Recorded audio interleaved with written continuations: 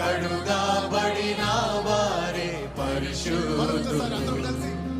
గొర్రె పిల్ల రక్తములో కడుగబడిన వారే పరిశుద్ధులు.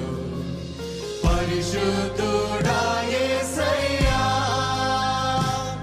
నన్ను శుద్ధి చేయుమయా. పరిశుద్ధుడా యేసయ్యా నన్ను శుద్ధి చేయుమయా.